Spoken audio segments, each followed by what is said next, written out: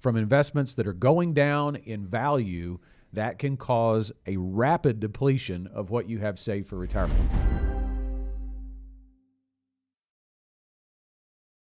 Next on the Get Ready for the Future show, we've got a text from Lane. I'm 55 and I've got about $450,000 in retirement assets so far. What steps should I take now to ensure a comfortable retirement at 64? Lane, thanks for the question. So we got about a 9-year time horizon. One of the things you can do, first of all, we would say build an overall plan, but if you're not ready to take that next step, save more. Take a look at your contribution rates. We just said a moment ago that the contribution rate matters more than the overall rate of return. Lane, what are you putting into that to grow that $450,000 by retirement? You've got 9 years, you're over 50, so you can max out your employer plan if you have one. We don't know that either. He says it's in retirement assets, but if it's in, let's say, a 401k, you now are eligible for catch-up contributions to your 401k. So are you doing that? Your 401k limits $23,000 annually, but you at age 50 have an opportunity for $7,500 in catch-up contributions, which puts you at $30,500 that you can get out of your own money into your 401k, plus a potential employer match. So if you're not doing that, Lane, I would suggest that's the first place I would go is, can you afford to put more money into your 401k? Yeah, I just hit that magic number of 55 last week. So this one kind of,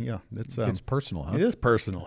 So you're not leaving me at 64, though, I'm not planning on leaving at 64. All right. And that's another thing, why 64 for Lane too? The magic number for a lot of folks, I mean, the earlier the better for some, but 65 is what a lot of folks target just because of being able to be eligible for Medicare.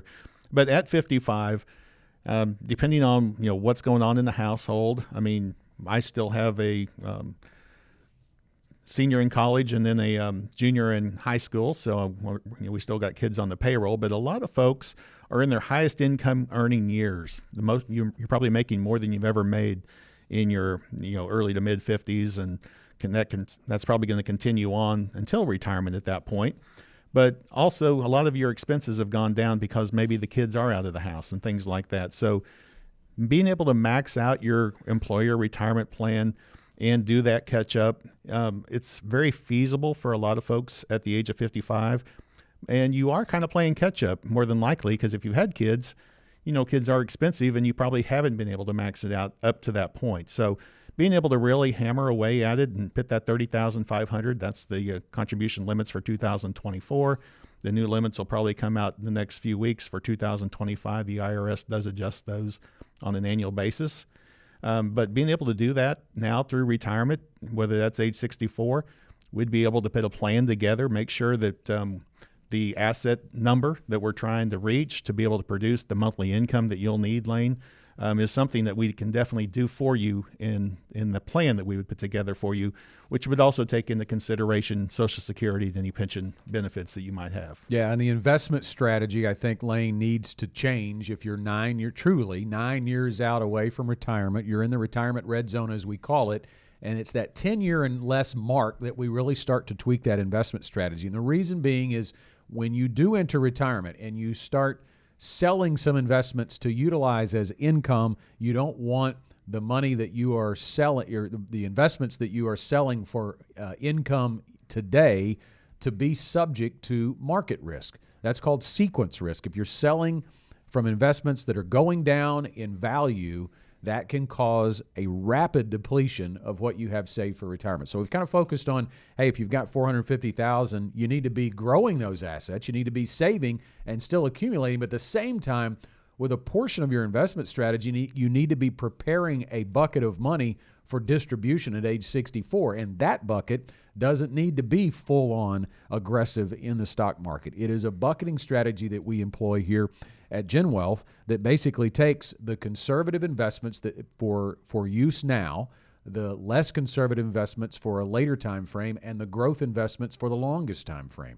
You're always going to need growth even in retirement, but you don't need all growth, and you don't need all growth now. So building that plan, a retirement income plan, will help create the investment strategy you need to tweak it as you enter the retirement red zone. And another thing, too, I would say is to consider health care. You say 64, that's going to leave you a small gap until you reach Medicare age. You're eligible at age 65. Now, it is a very small gap, so it's possible that your employer may offer a COBRA policy so that you can extend health insurance past your retirement date for a few months. Usually it's about 18 months, but a plan for health care for that gap until you get to Medicare, and then making sure you have a plan for health care moving forward, Tim, because one of the things we always have to tell clients is that some are not aware, some are, is that Medicare will cover a lot of health care needs, but it will not cover all of them. Exactly. And so Medicare doesn't cover a lot of the things people actually expect it to, which would be kind of a long-term care event where you might be need either in-house nursing or even going into a nursing home. So one of the aspects that we would look at there would be maybe a long-term care insurance policy, whether that's a hybrid life insurance with long-term care or just a straight long-term care policy.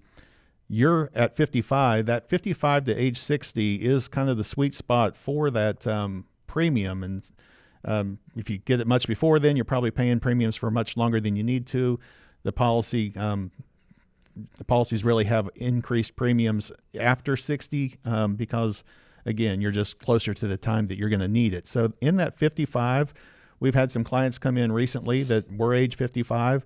And the premiums, even though they're still a bit high, they were much more affordable than a lot of them that we've seen in the past with folks that are closer to that 60 years old mark. Yeah, so, he's in the window, right? He's right there. His window of the sweet spot has just opened up, and that's why it's even more imperative that he builds a retirement income plan, not just because he's in the retirement red zone from an income and investment standpoint, but really in the long-term care red zone, right? Decisions need to be made, and I would say this too, when we talk about using insurance as a leverage for long-term care coverage, it's not made. That decision should not be and is not made at GenWealth in a vacuum. It needs to be incorporated into your overall retirement income plan, meaning that once you know what you're going to live on in retirement, you'll know that, do I have excess assets? I don't need all of my savings to create the income that I want in retirement. And if that's the case, we can peel off a bucket of money and invest that moderately, and that is your long-term care bucket. We would call that self-insuring.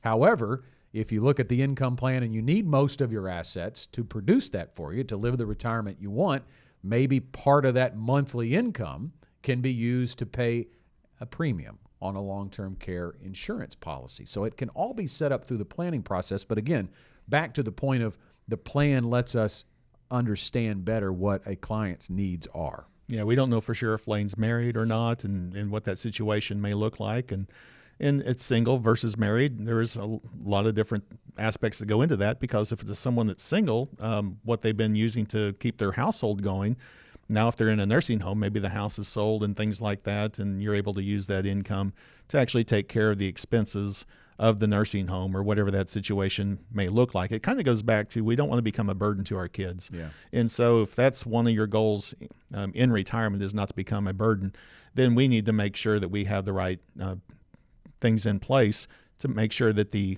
money that you need on a monthly basis is there, whatever the situation might be. Yeah, Lane's asking a question that's very common in our meeting room. He's telling us how much he has, and he wants to know, is that going to be enough? And he's wondering what steps should he take to ensure a comfortable retirement. If those are questions you'd like answers to, I would encourage you to walk through the GenWealth Ready to Retire process. It's real easy to get started. You can call us toll-free 866-653-PLAN.